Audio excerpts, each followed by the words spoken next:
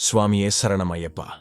கார்த்திகை முதல் தை மாதம் வரை இல்லை இல்லை, ஆண்டின் ஒவ்வொரு நொடியும் உலகெங்கும் உள்ள கோடான கோடி ஐயப்ப பக்தர்களின் உயிர்மூச்சில் இதயத்தின் அசைவில் எதிரொலிக்கும் ஒரே மந்திரம்தானது, சுவாமியே சரணம் ஐயப்பா. இது வெறும் கோஷமல்ல, இது ஆத்மாவின் அழைப்பு.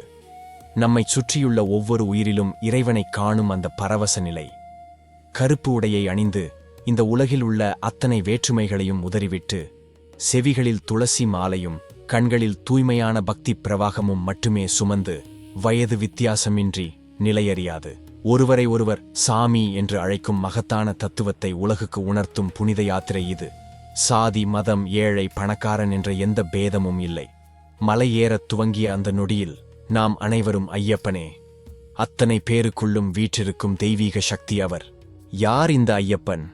சிவபெருமானின் அம்சமும் மகாவிஷ்ணுவின் மாய சக்தியும் இணைந்து ஹரிஹரசுதனாய் அவர் அவதரித்த அந்த தெய்வீக இரகசியம் என்ன?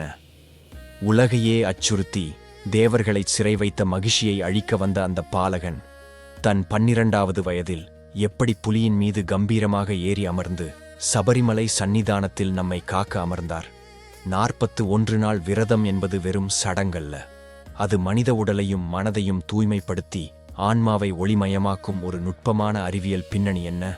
வாருங்கள், ஐயப்ப சுவாமியின் வரலாற்றின் ஒவ்வொரு புனித பக்கத்தையும் திறந்து நம்முடைய ஆன்மா அவரிடம் சரணடையும் சபரிமலை யாத்திரையின் உச்சபட்ச ஆனந்தத்தையும் மகத்துவத்தையும் விரிவாக காணலாம்.